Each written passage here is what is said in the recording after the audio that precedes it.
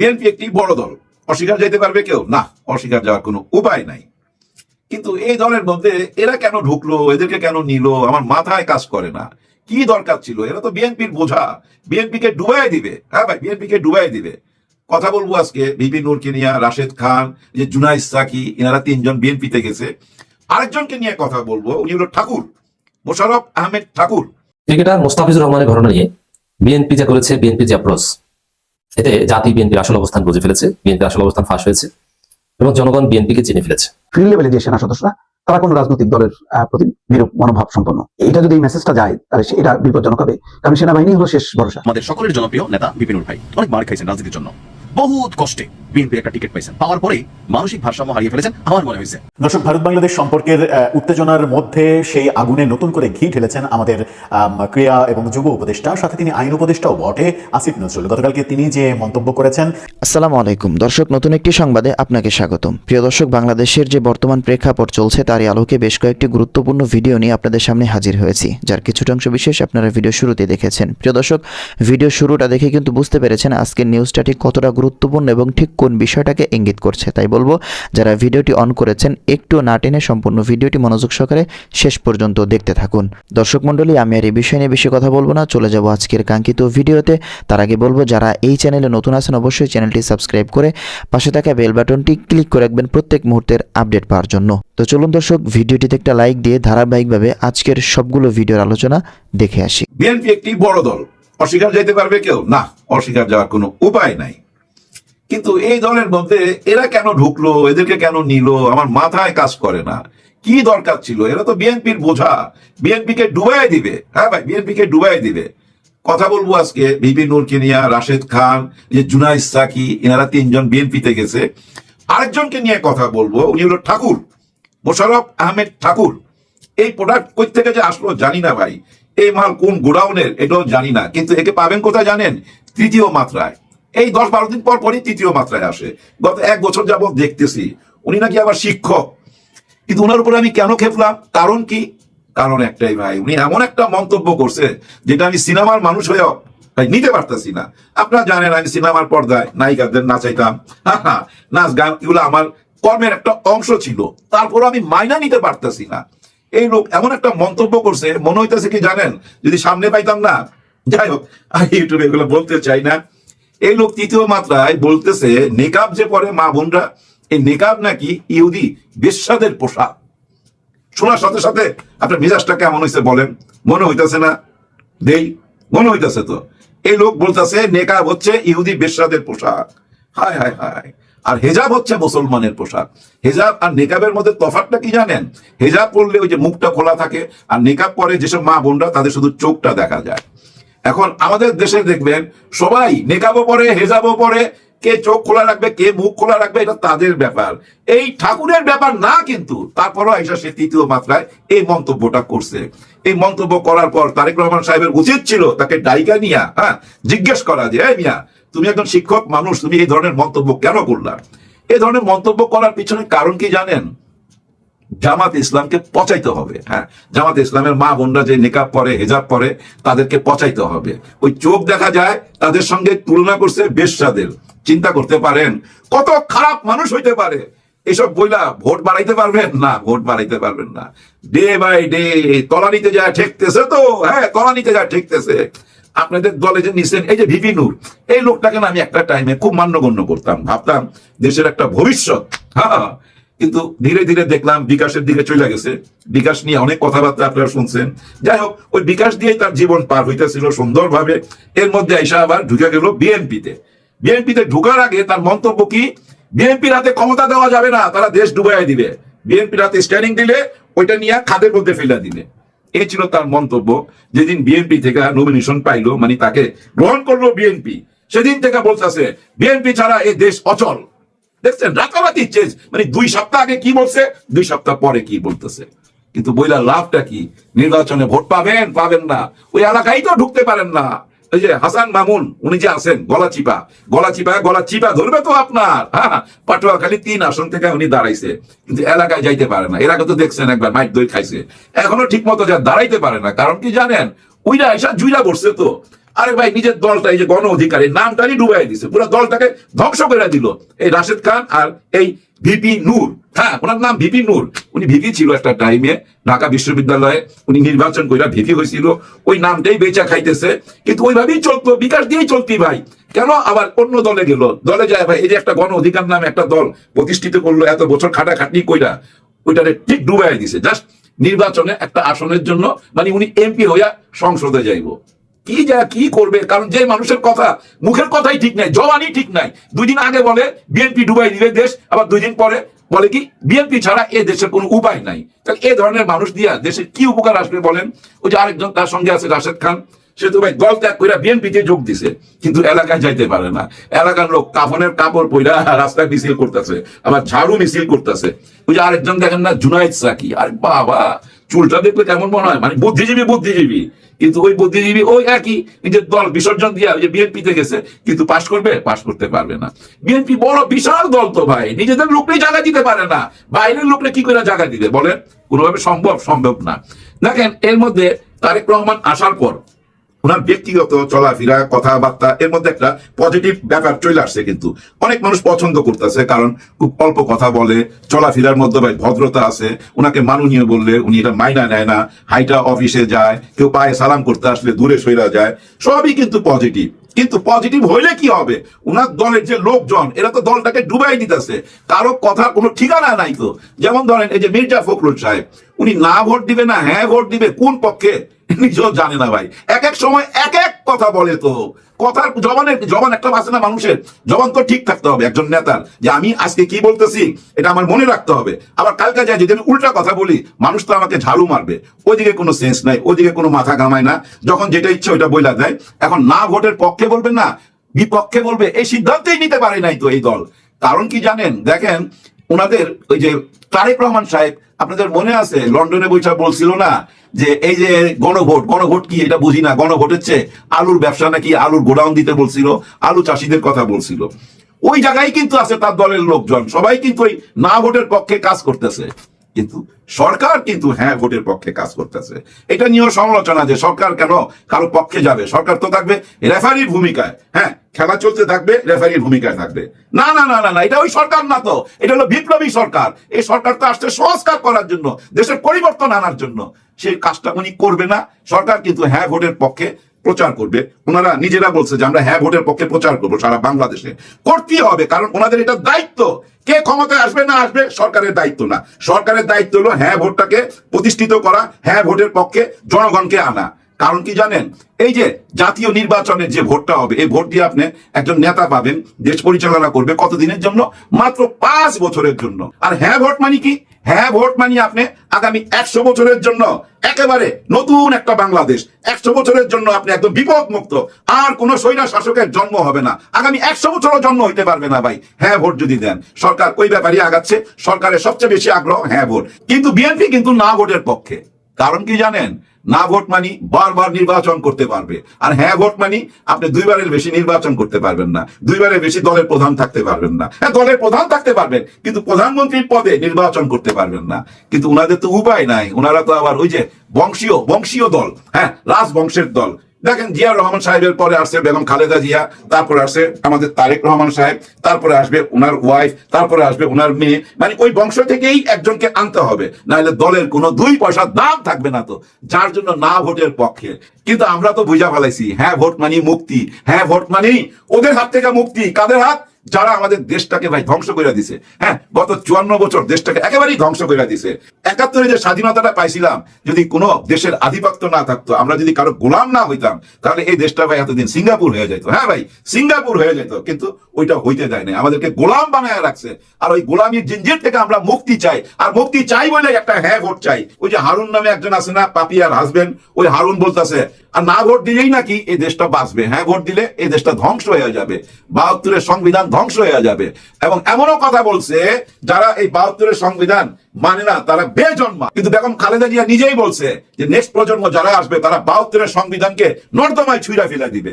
তার মানে কি জানেন, বেজন্মাটা কাকে বললো উনি? এবার ভাইবা দেখেন, এদের মুখের কোনো ট্যাক্স নাই। আমি বুঝি না তারেক রহমান সাহেব কেন এদেরকে এত প্রশ্রয় দিতেছে। আসলে হয়েছে কি জানেন, তারেক রহমান সাহেবকে কেউ মানে বলে আমার মনে হয় না। কারণ কি জানেন, ওই যে উনি লন্ডন থেকে বলছিল না, এদেরকে দেখেছি, ওদেরকে দেখেছি, এবং আমরা 71-কেও দেখেছি, 71-এর কার কি ভূমিকা ছিল সেটাও দেখেছি। তার যে ভক্তরা, তার যে কর্মীরা ওই একই জায়গায় আছে, ওই একই কথা বইলা যাইতাছে। হ্যাঁ, ওই রাজাকারের ট্যাগ লাগায় একই কথা বইলা যাইতাছে, 71-কে সামনে টাইনা আনতেছে। কিন্তু উনি যে আইসা বললো আই হ্যাভ এ প্ল্যান, আমি জানি না প্ল্যানের মধ্যে কি আছে। উনি কিন্তু লন্ডন থেকে যে কথাগুলো বলছিল, মৌলবাদীর উত্থান হয়েছে, একে দেখেছি, ওকে দেখেছি, 71-কে দেখেছি, তার জনগণ, তার কর্মীরা একই জায়গায় আছে। উনি ঢাকায় এসে যদি নতুন কিছু বলতো, নতুন করে যদি আবার বলতো যে না আমরা হ্যাঁ ভোট দিব, আমরা হ্যাঁ ভোটের পক্ষে, এবং ওই মৌলবাদী নিয়ে যে কথাটা বলছিল ওইটাও যদি ক্লিয়ার করতো, এবং 71 নিয়ে যে ইঙ্গিতটা দিছিল রাজাকারের দিকে সেটা যদি ক্লিয়ার করতো, এগুলো কোনো কিছু ক্লিয়ার করে নাই। যার জন্য মাঠ পর্যায়ে কিন্তু ওই বয়ানই চলতেছে। আর ওইসব বয়ান দিয়া আপনারা নির্বাচনে জিততে পারবেন? মনে হয় না, জিততে পারবেন না। কারণ দেখেন, এই যে আপনাদের যে জরিপ চালাইতেছেন, মাল পানি দিয়ে যেসব জরিপ চলতেছে, এইসব জরিপে কি উঠে আসতেছে? উঠে আসতেছে বিএনপি পাস, একদম পাস, আর জামাত ইসলামের কোনো ভোট নাই। কিন্তু 5টা বিশ্ববিদ্যালয় যে ফলাফল আসলো সেটা দেখেও বলে যে না না না না, ওই বিশ্ববিদ্যালয়ের সঙ্গে জাতীয় নির্বাচনের কোনো সম্পর্ক নাই। একটা কথা বইলা ভিডিওটা শেষ করে দিব। জাতীয় নির্বাচনের পরে কি বলবে জানেন? স্থানীয় নির্বাচনের সঙ্গে জাতীয় নির্বাচনের কোনো সম্পর্ক নাই। জাতীয় নির্বাচনের পরে দেখবেন ওই আবার বলবে স্থানীয় নির্বাচনের কোনো সম্পর্ক নাই। স্থানীয় নির্বাচন হয়ে যাওয়ার পর কি বলবে? আগামী নির্বাচনে আমরা দেখে নেব, আগামী নির্বাচনে আমাদের হাতেই থাকবে ক্ষমতা। এই নির্বাচনে, এই 26-এর নির্বাচনে আপনাদের হাতে যদি ক্ষমতা নিতে চান, আপনি দলের লোকজনকে ঠিক করেন। হ্যাঁ, বিশেষ করে ওই যে নেকাব নিয়ে যে উক্তিটা করছে, তারে ভাই দল থেকে বহিষ্কার করেন। এরা যদি দল থেকে বহিষ্কার না করেন, এই যে ঠাকুরকে, তাইলে দেখবেন আপনাদের ভরাডুবি হবে। শুধু এই একটা কথার জন্য চারিদিকে এই কথা ছড়ায় গেছে ভাই, ভীষণ ভাবে রিয়াকশন হয়েছে। মা বোনদেরকে যেভাবে সে বেজ্জতি করছে, বাংলার মা বোনকে, এটা মাইনা নেওয়া যায় না। ভিডিওটা বড় করলাম না ভাই, শরীরটাও ভালো না, তবু আসছে শুধু এই নেকাব নিয়ে কথা বলার উদ্দেশ্যে আজকে আপনাদের সামনে আসা। ক্ষমার চোখে দেখবেন ভুল ভ্রান্তি হইলে, কিন্তু ভাই প্রতিবাদ করতে হবে, জোর গলায় প্রতিবাদ করতে হবে। এবং তারেক রহমান সাহেব, আপনাকে আমি অনুরোধ করবো অন্তত এই লোকটাকে, এই যে মোশাররফ আহমেদ ঠাকুর, এর ভাই দল থেকে বহিষ্কার করেন। যদি এর দল থেকে বহিষ্কার না করেন, তাহলে আপনারা দেখবেন আর 1 মাস, তো 1 মাস পরে আপনি এই জবাব পাওয়া যাবেন। ভাই ব্রাদার, সবাই সবার জন্য দোয়া করবেন, কিন্তু হ্যাঁ ভোটটা দিতে ভুলবেন না। দেখেন, জাতীয় নির্বাচনে হয়তো একজন প্রধানমন্ত্রী হবে 5 বছরের জন্য, কিন্তু হ্যাঁ ভোটে, হ্যাঁ ভোটটা কিন্তু আগামী 100 বছরের জন্য আপনি একদম ফুল নিরাপদ। আর এই দেশে কোনো স্বৈরা শাসক হইতে পারবে না, এই দেশে আর কোনো আয়না ঘরও হবে না। এই যে আমরা যেভাবে স্বাধীনভাবে কথা বলতেছি, আমাদেরকে মাঝরাইতে আর কেউ উঠায় নিয়ে যেতে পারবে না যদি হ্যাঁ ভোটটা দেন। যার জন্য ভাই হ্যাঁ ভোটের পক্ষে থাকবেন। যারা না ভোটের পক্ষে, তারা হচ্ছে এই দেশের দুশ্মন, তারা হচ্ছে ওই যে পার্শ্ববর্তী দেশের দালাল। দালাল, এই দালালদের হাত থেকে দেশটাকে মুক্ত রাখার জন্য হ্যাঁ ভোটটা দিবেন। সবার জন্য সবাই দোয়া করবেন। ক্রিকেটার মোস্তাফিজুর রহমানের ঘটনা নিয়ে বিএনপি যা করেছে, বিএনপির যে অ্যাপ্রোচ, এতে জাতি বিএনপির আসল অবস্থান বুঝে ফেলেছে, বিএনপির আসল অবস্থান ফাঁস হয়েছে এবং জনগণ বিএনপিকে চিনে ফেলেছে।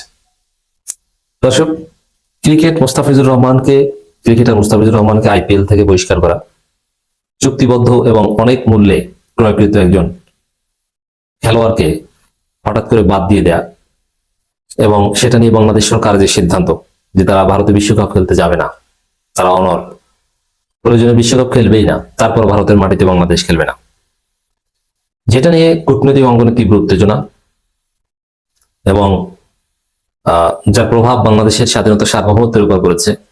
কারণ এটা একটা যুদ্ধ ঘোষণার বা বাংলাদেশে হামলা করার একটা আলামত।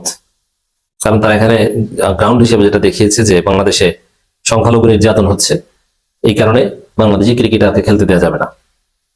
ওই সেই সাদ্দাম হোসেন ইরাকে যেরকম বলেছিল যে ওয়েপন অফ ম্যাস ডিস্ট্রাকশন আছে, আবার ভেনিজুয়েলা যেরকম বলেছে যে এরা মাদক পাঠায়, অস্ত্র পাঠায়, আবার আফগানিস্তানে যেরকম বলেছিল যেখানে লাদেন আছে, ওই রকম এক একটা ভুয়া অভিযোগ করে গ্রেট পাওয়ার বা সুপার পাওয়ার হামলা করে। তো এরকম একটা ভুয়া অভিযোগ সাজিয়েছে ভারত। এর মানে ক্রিকেট মুস্তাফিজ ইস্যু, এটা বাংলাদেশের স্বাধীনতা সার্বভৌমত্বের সাথে সম্পর্কিত। কিন্তু সেই জায়গায় বিএনপি কি করেছে মুস্তাফিজের জন্য, মুস্তাফিজের পক্ষে? এখানে বিএনপি দাবি করে সবচেয়ে বড় দল, সেই হিসেবে ভারতের বিরুদ্ধে তারা বিবৃতি দিবে। তারেক রহমান নিজের বলা উচিত ছিল, বলে নাই। বিএনপি সিনিয়র নেতারা এই বিষয়ে বলে নাই। কিন্তু এ বিষয়ে উচিত ছিল যে ক্রিকেট মোস্তাফিজুর রহমানকে অপমান করার প্রতিবাদে বাংলাদেশের রাজনৈতিক দলগুলোর বিক্ষোভ মিছিল হওয়ার কথা ছিল, কিন্তু হয়নি। এটা দুঃখজনক। এমনকি জামাত এনসিপির ভূমিকা এটা সন্তোষজনক নয়। আমিও এটা সমালোচনা করছি, আমরা কথা বলেছি। তবে এখানে রাজনৈতিক দলগুলো তেমন কিছু বলেনি, হয়তো যে সরকার নিজেই এখানে যথাযথ পদক্ষেপ নিচ্ছে। সরকার নিলেও ভারতের উগ্র জনগোষ্ঠীর চাপে সরকার নিয়ন্ত্রিত ক্রিকেট বোর্ড এই সিদ্ধান্ত দিয়েছে। এর মানে জনগণের আন্দোলনের ফলে ভারত এটা করেছে, এবং তার সন্ত্রাসী জনগোষ্ঠী, সেখানে বাংলাদেশের সাধারণ মানুষ এই বিষয় নিয়ে আন্দোলন করবে, এটা একদম স্বাভাবিক ছিল। কিন্তু রাজনৈতিক দলগুলো এক্ষেত্রে নির্লিপ্ত ছিল। আমি সবার সমালোচনা করছি, কিন্তু বিএনপি যেহেতু ভারতের দালাল, সমালোচনার মূল তীরটা বিএনপির দিকে যাবে। বিএনপি মুস্তাফিজ ইস্যুতে তেমন কোনো কথা তো বলেইনি, বরং বিএনপির দালাল আওয়ামী স্পেন্সার তামিম ইকবালের মাধ্যমে যে মোস্তাফিজকে অপমান করা হয়েছে, তাতে কি তামিম ইকবালের মাধ্যমে ওকলাতি করিয়েছে, দালালি করিয়েছে যে বাংলাদেশ যেন ভারতে বিশ্বকাপ খেলতে যায়। এখনো চেষ্টা করা হচ্ছে, কিন্তু ওইসব তামিম ফামিমের কথা বিসিবি কিংবা বাংলাদেশ সরকার শোনে না। এইসব 3 আগস্ট হাসিনার দরবারে হাজিরা দেওয়া কোনো সেলিব্রিটির কথা বাংলাদেশের প্রয়োজন নাই। বরং তামিমের কাছে আমরা শুনতে চাই এইটা, যে বাবা তোমার 3 আগস্ট কাজটা ছিল কি? গণভবনে কি খেয়েছো বলো, কোন মাল খেয়েছো, এটা আমরা জানতে চাই, আর কিছু জানতে চাই। তো এটা এই যে ক্রিকেট বাংলাদেশকে ঐক্যবদ্ধ করে, জেনজি বা তরুণ প্রজন্মের একটা আবেগের জায়গা, সেই ক্রিকেট নিয়ে রাজনীতিবিদরা এখানে যথাযথ ভূমিকা পালন করতে কার্যত ব্যর্থ হয়েছে। মোস্তাফিজুর রহমানের সম্মান নিশ্চিতে তার পক্ষে হুঙ্কার গর্জন দিতে ব্যর্থ হয়েছে বেসিক্যালি বিএনপি। এখানে বরং অন্য দল, ব্যক্তিগতভাবে অনেক নেতা বা ওই দলের সমর্থকরা সবাই প্রতিবাদ করেছে, জামাতের এনসিপি, বিশেষ করে এনসিপির ছেলেরা সোচ্চার ছিল, শিবিরের ছেলেরাও ছিল। এই কারণে জামাত কিছুটা হলো পার পায় বলা যায়। কিন্তু বিএনপির লোকজনের কাছে এটা কোনো টপিকই না। তো বিএনপি সমালোচনার মূল কারণ হচ্ছে যে বিএনপি দালাল তামিম ইকবাল, ভারতের দালাল কাম বিএনপি দালাল, মোস্তাফিজ ইস্যুটাকে নর্মালাইজ করার চেষ্টা করেছে। মানে এটা কোনো বিষয় না, ক্রিকেটের স্বার্থে আমাদের এটা মেনে নিতে হবে, এরকম একটা বার্তা দেওয়ার চেষ্টা করেছে। তবে যে ফখরুলের একটা বক্তব্য আছে এই বিষয়ে, একজন ক্রিকেটারকে অপমান করা মানে বাংলাদেশকে অপমান করা। শুনতে তো ভালোই লাগে যে না মির্জা ফখরুল বলেছে, কিন্তু আসলে তলে তলে যে বাংলাদেশ দলকে ভারতে খেলতে পাঠাতে চায়। আর বিএনপি এখন তো ভারতের সম্পর্ক, প্রণয় বর্মার সম্পর্ক কিংবা জয়শঙ্করের সম্পর্ক তারেক রহমান, মির্জা ফখরুল, আমির খুশরুদ্দিন, সালাউদ্দিনদের সাথে, ইউনুস সরকারের সাথে না। এই কারণে এখন ভারত ইউনুস কিংবা আসিফ নজরুলকে অনুরোধ করে না, বা আমিরুল ইসলাম বুলবুলকে অনুরোধ করে না। আমিরুল ইসলাম বুলবুল খুব কঠোর, অনেকে বলছেন তিনি শিবির করতেন এক সময়, হোয়াট এভার। এদেরকে কল করে না যে ভাই আসেন খেলতে, আমরা দেখবো। এখন ভারত জয়শঙ্কর কিংবা প্রণয় ভার্মারা অনুরোধ করে তারেক রহমান আর মির্জা ফখরুলকে আর আমির খসরুকে যে ভাই আসেন ক্রিকেট খেলতে, আপনাদের টিমটা পাঠান, সমস্যা নাই। এরকম হয়, একটু সাবধানে আসবেন, জার্সি গায়ে দিয়ে ঘুরবেন না, বাংলাদেশের পক্ষে স্লোগান দিবেন না, বাংলাদেশের পতাকা নিয়ে স্টেডিয়ামে যাবেন না, তারপরও আসেন। এটা বিএনপি কে বলে। আর বিএনপির স্ট্র্যাটেজিটা কি? জুলাই নিয়ে বিএনপির যে অবস্থান, মোস্তাফিজুর রহমানের ঘটনা নিয়েও বিএনপি সে একই অবস্থান। কি সে অবস্থান? অবস্থান হচ্ছে কান্নাকাটি করতে হবে। যেমন জুলাই নিয়ে বিএনপির অবস্থান হচ্ছে জুলাই সংবিধানে কোথাও থাকবে না, জুলাই কিচ্ছু না, জুলাই কোনো আইনি ভিত্তি থাকবে না, জুলাই নিয়ে জাস্ট কান্নাকাটি হবে। আহারে বাচ্চাগুলোকে মেরে ফেলেছে। প্রত্যেক বছর আসলে 5 আগস্ট আসলে হাত তুলে দোয়া করবে আর ফুল দিতে যাবে, পারলে জুলাই শহীদদের কবরে একটু জমজমের পানি ছিটিয়ে আসবে, ফুল নিয়ে যাবে, আর কিচ্ছু না।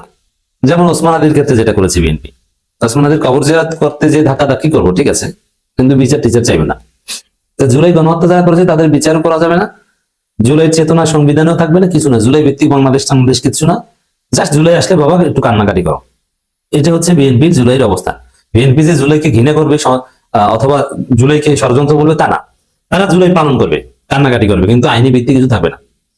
মোস্তাফিজুর রহমানের এই ঘটনা নিয়েও বিএনপি এই নাটকীয়তা করেছে। কি বিএনপি এটা ঠিক হলো না, অপমান, এইটাই কান্নাকাটি, কিন্তু অ্যাকশন নিবে, পাল্টা ব্যবস্থা নিবে বাংলাদেশ সরকারের মতো না, এটা না। মির্জা ফখরুল তো বলতে পারতেন যে মোস্তাফিজুর রহমানকে অপমান করার প্রতিবাদে বাংলাদেশ সরকার যে সিদ্ধান্ত নিয়েছে ভারতে বিশ্বকাপ খেলতে যাবে না, ভারতের মাটিতে বাংলাদেশ খেলবে না, বিএনপি তার সাথে আছে, বাংলাদেশ জাতীয়তাবাদী দল বিএনপি সেটাকে সমর্থন করে, তাহলে আপনি এরকম একটা কিছু বলতেন পারবেন না, কারণ আপনার ভারতের দালাল।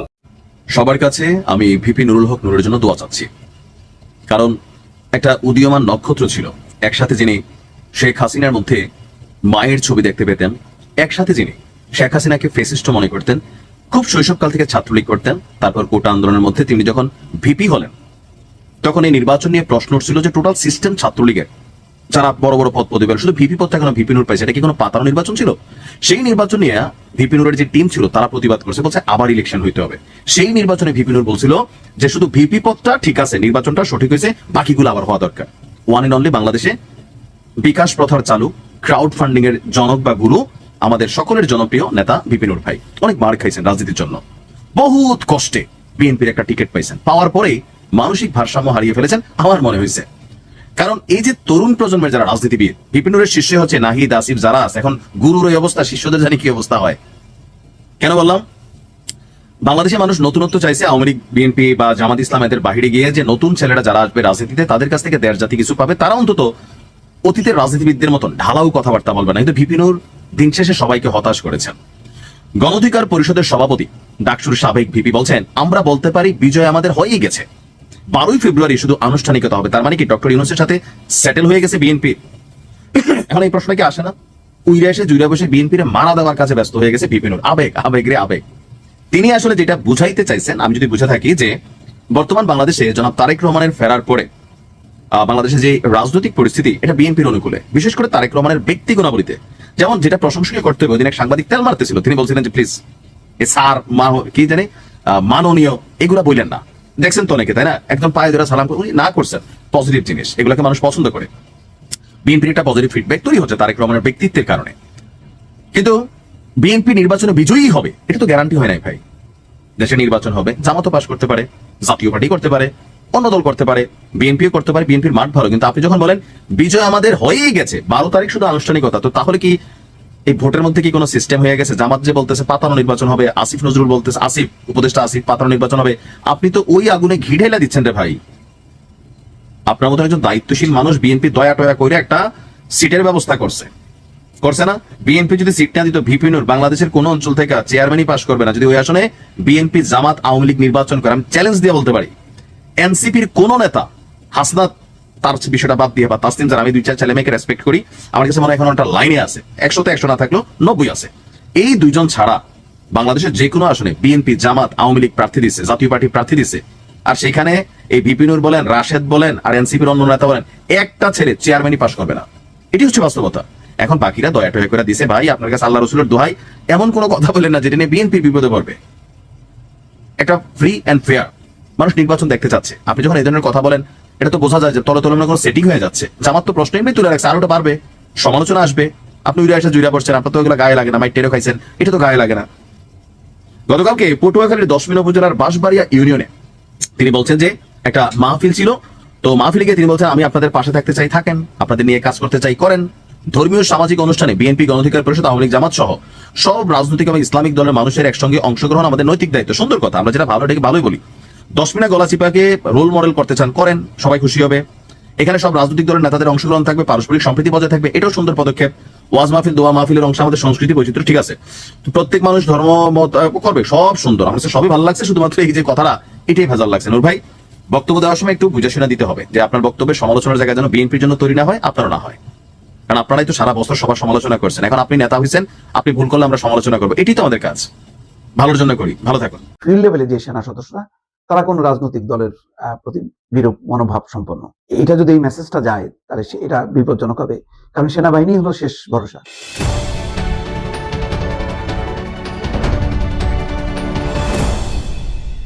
এবার অন্যরকম একটা বিচার চাওয়ার ঘটনা ঘটলো। সরকার না, সরাসরি সেনা প্রধানের কাছে বিচার চেয়েছেন মির্জা ফখরুল ইসলাম আলমগীর। খবরের শিরোনাম হচ্ছে, আটকের পর ডাবলুর মৃত্যু, সেনা প্রধানের হস্তক্ষেপ চান বিএনপির মহাসচিব। দর্শক, ইতিমধ্যে জেনেছেন যে সম্প্রতি যে ঘটনা ঘটেছে, চুয়াডাঙ্গা জীবননগর পৌর বিএনপির সাধারণ সম্পাদক শামসুজ্জামান ডাবলু, তাকে আটক করে সেনাবাহিনীর নেতৃত্বে যৌথ বাহিনী, এবং তারপর তার মৃত্যুর ঘটনা ঘটে। বিএনপির পক্ষ থেকে, পরিবারের পক্ষ থেকে বা দলের পক্ষ থেকে অভিযোগ করা হচ্ছে যে আটকের পর অস্ত্র উদ্ধারের জন্য তাকে নির্যাতন করা হয়, সেই নির্যাতনের ফলেই তার মৃত্যু হয়েছে। এবং এই খবরগুলো মানে ফলাও করে বিভিন্ন গণমাধ্যমে ইতিমধ্যে প্রকাশ হয়েছে যে সেনা হেফাজতে ডাবলুর মৃত্যু। কেন এই ঘটনা ঘটলো, এখন মির্জা ফখরুল ইসলাম আলমগীর রীতিমতো বিচার চেয়েছেন সেনা প্রধানের কাছে এবং তিনি এটার তদন্ত করতে বলেছেন। তিনি একটা বিবৃতি দিয়েছেন, বিবৃতিতে বলা হচ্ছে গত রাতে চুয়াডাঙ্গার জীবননগর পৌর বিএনপির সাধারণ সম্পাদক শামসুজ্জামান ডাবলুকে নিরাপত্তা বাহিনীর কতিপয় সদস্য অস্ত্র উদ্ধারের নামে ধরে নিয়ে গিয়ে অমানসিক নির্যাতন চালায়। এতে তার মৃত্যু হয়। এই অমানবিক এবং পৈশাচিক ঘটনায় গভীর শোক এবং দুঃখ প্রকাশ করেন বিএনপির মহাসচিব। বিএনপির মহাসচিব মনে করেন, আমরা মনে করি নিরাপত্তা বাহিনীর সদস্যদের দ্বারা সংঘটিত এই ধরনের ঘটনা দেশের জন্য শুভ নয়। বিবৃতিতে বলা হয়, বিচার বহির্ভূতভাবে শামসুজ্জামান ডাবলুকে নির্যাতন করে হত্যা করা দেশের প্রচলিত আইনের প্রতি চরম অবমাননা।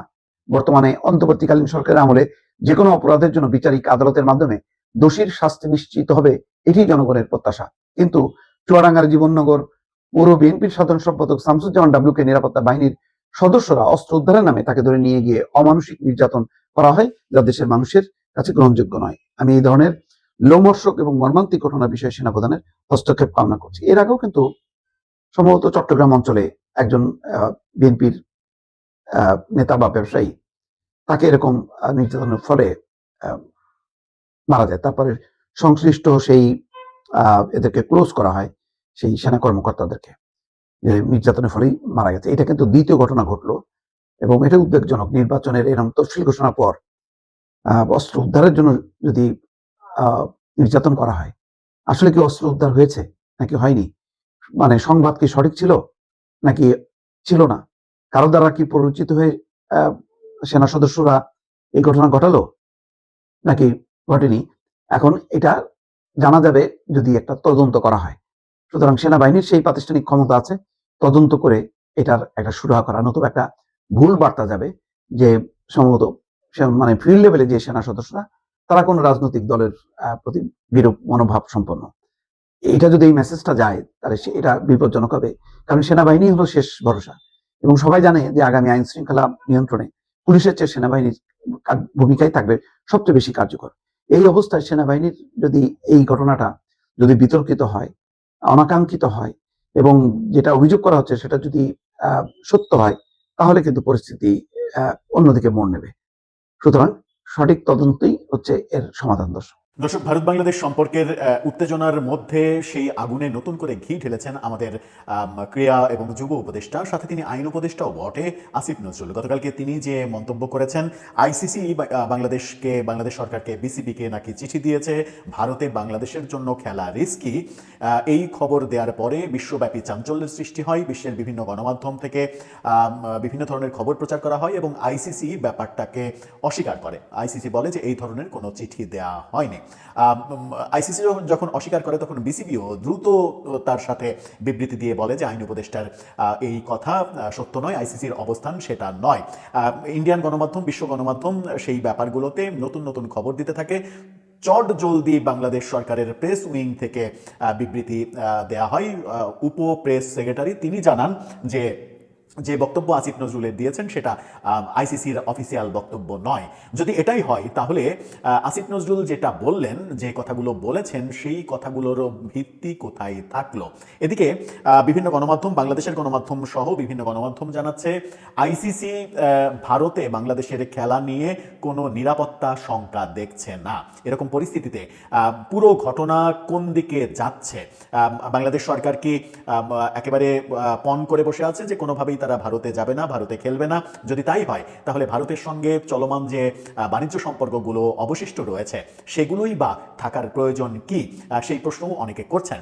কি বলছে আইসিসি সর্বশেষ? এর আগে আসিফ নজরুলের কথার প্রেক্ষিতে আইসিসি, ইন্ডিয়ান গণমাধ্যম, প্রধান উপদেষ্টার উপ প্রেস সেক্রেটারি এবং বাংলাদেশি গণমাধ্যম বিসিবি তারা কি বলছে সব মিলিয়ে একটু বোঝার চেষ্টা করব আসিফ নজরুল আদতে কি চাইছেন, কোনটা হলে তিনি খুশি হবেন। থাকবেন পলিটিক্স টিভির নিয়মিত আয়োজনে।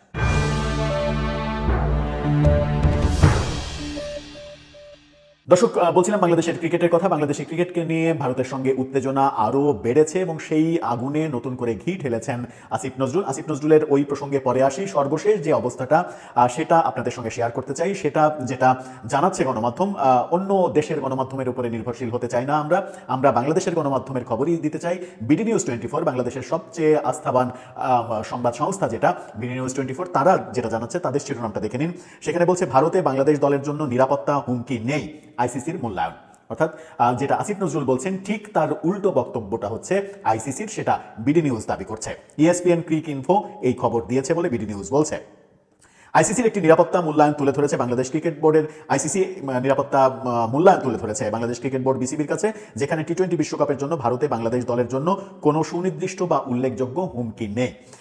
ক্রিকেট ওয়েবসাইট ইএসপিএন ক্রিক ইনফোর সোমবারের প্রতিবেদনে বলা হয়েছে, অভ্যন্তরীণ মূল্যায়নটি বিসিবির নিরাপত্তা দলের কাছে তুলে ধরা হয় এবং এই সিদ্ধান্তে পৌঁছায় যে দলের জন্য কোনো সামগ্রিক হুমকি নেই, তবে কিছু ভেন্যুতে ঝুঁকি কম থেকে মাঝারি এবং কিছু ভেন্যুতে কম থেকে শূন্য বিশ্বজুড়ে আইসিসির মূল্যায়ন মানদণ্ড অনুযায়ী, যা ম্যাচ সরিয়ে নেওয়ার জন্য যথেষ্ট কারণ হিসেবে গণ্য হয় না। অর্থাৎ যে পরিস্থিতি তারা মূল্যায়ন করছে, সেই পরিস্থিতিতে আইসিসি কখনো ম্যাচ সেই ভেন্যু থেকে সরিয়ে নেয় না। আইসিসি এই নিরাপত্তা মূল্যায়নের বিবরণ বিসিবির কাছে তুলে ধরে গত সপ্তাহে বিষয়টি সোমবার সামনে আসে বাংলাদেশের অন্তর্বর্তীকালীন সরকারের যুব এবং ক্রীড়া উপদেষ্টা আসিফ নজরুলের একটা বক্তব্যে। আমরা আসিফ নজরুলের বক্তব্যটা একেবারে ভিন্ন মুদ্রার ওপিঠে থাকা বক্তব্য আমরা দেখেছি। নিরাপত্তা শঙ্কায় ভারতে খেলতে যেতে চায় না বাংলাদেশ, এ নিয়ে বিসিবি 2টি চিঠি দিয়েছে আইসিসিকে, এর একটির জবাব দিয়েছে আইসিসি। সেই চিঠির সূত্র ধরেই আসিফ নজরুল আইসিসির 3টি শঙ্কার কথা বলেছে বিবিসিকে। এরকম কথা যখন বাস্তবতা, তখন আসিফ নজরুল কি বলেছিলেন এবং বাংলাদেশ সরকার, বিসিবি, ভারতীয় গণমাধ্যম কি বলছে, সেগুলোতে আমরা এবার একটু যেতে চাই।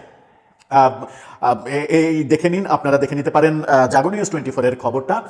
আমাদের প্রেস উইং এর উপ প্রেস সচিব যিনি আজাদ মজুমদার, তাকে নিয়ে জাগো নিউজ 24 বলছে, ক্রীড়া উপদেষ্টার বক্তব্য আইসিসির সরাসরি জবাব নয়। উপপ্রেস সচিব অর্থাৎ আসিফ নজরুল যেটা বলেছেন তাতে দ্বিমত প্রকাশ করছেন এই উপপ্রেস সচিব। তিনি ফেসবুকে পোস্ট দিয়ে সেটা জানিয়েছেন। তার ফেসবুক পোস্টটা দেখে নিন। সেই ফেসবুক পোস্টে তিনি ইংরেজিতে যে পোস্টটা দিয়েছেন, সেই পোস্টে তিনি সেটা উল্লেখ করেছেন। সেটা নিয়েই জাগো নিউজ 24 রিপোর্ট করছে, বলছে ভারতের মাটিতে গিয়ে বাংলাদেশ দলের বিশ্বকাপ খেলার বিষয়ে আইসিসিকে উদ্ধৃত করে 3টি নিরাপত্তা শঙ্কার কথা জানিয়ে অন্তর্বর্তীকালীন সরকারের ক্রীড়া উপদেষ্টা যে বক্তব্য দিয়েছেন, তা আইসিসির পক্ষ থেকে সরাসরি কোনো জবাব নয় বলে জানিয়েছেন তিনি। এখন আসিফ নজরুল কি বলেছিলেন? আসিফ নজরুল 3টা শঙ্কার কথা বলেছিলেন এবং বলেছিলেন, তিনি এমনভাবে একেবারে কনফার্ম করে বলেছিলেন যে প্রয়োজনে সেই চিঠি উন্মুক্ত করে দেওয়া হবে, জনগণকে জানিয়ে দেওয়া হবে, জনগণের কাছে প্রচার করে দেওয়া হবে, এই কথা বলেছিলেন। এবং আইসিসি নাকি এরকম একটা চিঠি দিয়েছে, যে চিঠিতে 3টি কারণ আইসিসি বলছে যে ভারতে বাংলাদেশ খেলতে গেলে এই 3টি কারণে নিরাপত্তা শঙ্কা তৈরি হতে পারে। কারণ 3টি কি? একটা, দলে 1 নম্বর হচ্ছে দলে মোস্তাফিজের অন্তর্ভুক্তি, অর্থাৎ দলে যদি মোস্তাফিজ থাকে তাহলে বাংলাদেশের জন্য অনিরাপদ হতে পারে ভারত। 2, সমর্থকদের জাতীয় দলের জার্সি পরে ঘোরাফেরা করা, অর্থাৎ ভারতে বিশ্বকাপ চলাকালীন যদি বাংলাদেশের সমর্থকরা বাংলাদেশের জাতীয় দলের জার্সি পরে ঘোরাফেরা করে তাহলে তাদের জীবন হুমকির মধ্যে পড়তে পারে। আর 3 নম্বর, নির্বাচন যত এগিয়ে আসবে নিরাপত্তা ঝুঁকি তত বৃদ্ধি পাবে, অর্থাৎ বাংলাদেশের নির্বাচন টি-20 বিশ্বকাপের কারণে সরিয়ে ফেলতে হবে, এমন কথা আসিফ নজরুল বলেছেন। এবং তিনি ওভার কনফার্ম করে বলেছেন প্রয়োজনে এই চিঠি উন্মুক্ত করে দেওয়া হবে, প্রকাশ করে দেওয়া হবে, যেন জাতি জানতে পারে আইসিসি কি বলছে। তিনি বলছেন, আমার দলের সবচেয়ে সেরা খেলোয়াড়কে বাদ দিয়ে আমি বিশ্বকাপে খেলতে যাব? বিশ্বকাপে খেলার জন্য আমি আমার নির্বাচন পিছিয়ে দেব? আমার দলের লোকজন আমার জাতীয় দলের জার্সি গায়ে দিয়ে খেলতে পারবে না, হুমকির মুখে পড়বে, সেই হুমকির মধ্যে আমি আমার সমর্থকদের পাঠিয়ে দেব? তিনি এই কথা বলেছেন। তিনি বলেছেন যে আমি পত্রিকা মারফত শুনেছি যে পাকিস্তান এই আয়োজন করতে রাজি হয়েছে, সেটা বরং ভালো, পাকিস্তানে যদি খেলা হয় তাহলে আমরা পাকিস্তানে খেলতে যেতে পারি, শ্রীলঙ্কাতে হলেও যেতে পারি। তিনি মানে অপ্রাসঙ্গিকভাবে, অযাচিতভাবে পাকিস্তানের প্রসঙ্গ টেনে এনে পাকিস্তানে খেলতে যাওয়ার কথা বলেছিলেন। যে 3টি নিরাপত্তা শঙ্কার কথা আইসিসি চিঠি দিয়ে বাংলাদেশ ক্রিকেট বোর্ডকে, সরকারকে জানিয়েছে, দাবি করেছেন আসিফ নজরুল, সেই দাবি আমাদের উপপ্রেস সেক্রেটারি, প্রধান উপদেষ্টার, তিনি বলছেন যে এই জাতীয় বক্তব্য আইসিসি দেয়নি, অর্থাৎ এই জাতীয় চিঠি আইসিসি দেয়নি।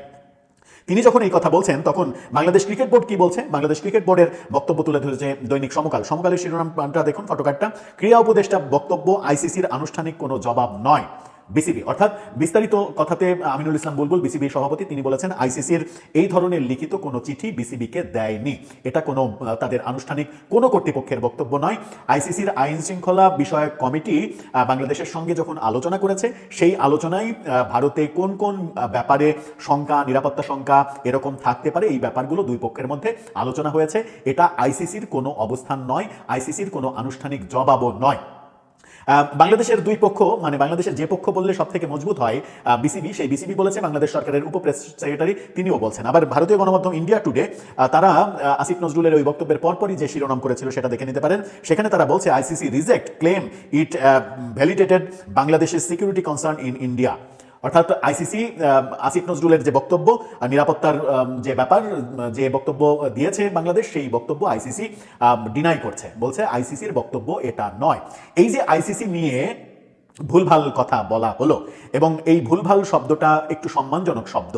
যদি কেউ এটাকে মিথ্যাচার বলে, যেটি ভারতীয় গণমাধ্যম বলছে যে বাংলাদেশ মিথ্যাচার করছে, বাংলাদেশ মিথ্যা কথা বলছে, আসিফ নজরুল আমাদের ক্রীড়া উপদেষ্টা, এই সরকারের মানে প্রধান উপদেষ্টার পরে সব থেকে ক্ষমতাবান উপদেষ্টা হিসেবে তাকে ভাবা হয়, তার মতো একজন পার্সন যদি একটা কথা বলেন, সেটাকে যদি বিভিন্ন মাধ্যম, বিভিন্ন পক্ষ থেকে বলা হয় যে তার বক্তব্য সঠিক নয়, তাহলে প্রশ্ন আসে কেন আসিফ নজরুল এই কথাটা বললেন?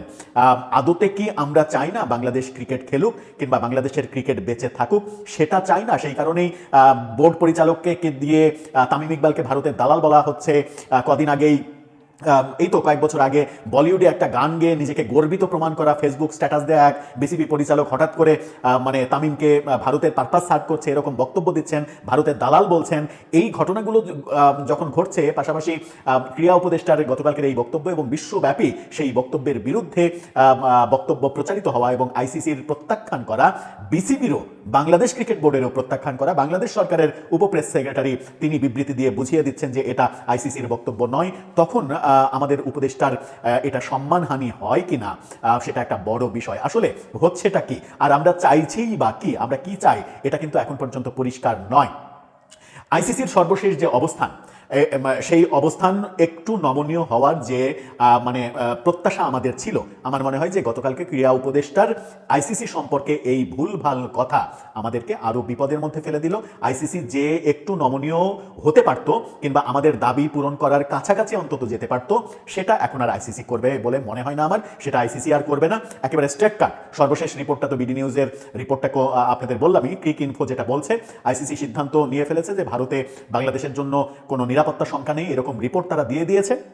এখন আইসিসি বলবে তোমরা ভারতে খেললে খেলো, না খেললে ওয়াক ওভার দিয়ে দাও। যদিও আমাদের একজন বোর্ড পরিচালক তো বলেই দিয়েছেন, যিনি বলিউডে একটা গান গেয়ে খুবই গর্বিত হয়েছিলেন এক সময়, তিনি বলেই দিয়েছেন যে প্রয়োজনে ওয়াক ওভার দিয়ে দেবো, তবুও ভারতে খেলতে যাব না। তার হিন্দি গানটা এখনো বাজে সামাজিক যোগাযোগ মাধ্যমে, এই উপলক্ষে আরো বেশি বেজে উঠছে বলে আমরা চারিদিকে কান পাতলেই দেখছি, শুনতে পাচ্ছি। দর্শক, আপনার মন্তব্য জানিয়ে এ ব্যাপারে লিখতে পারেন আমাদের কমেন্ট বক্সে।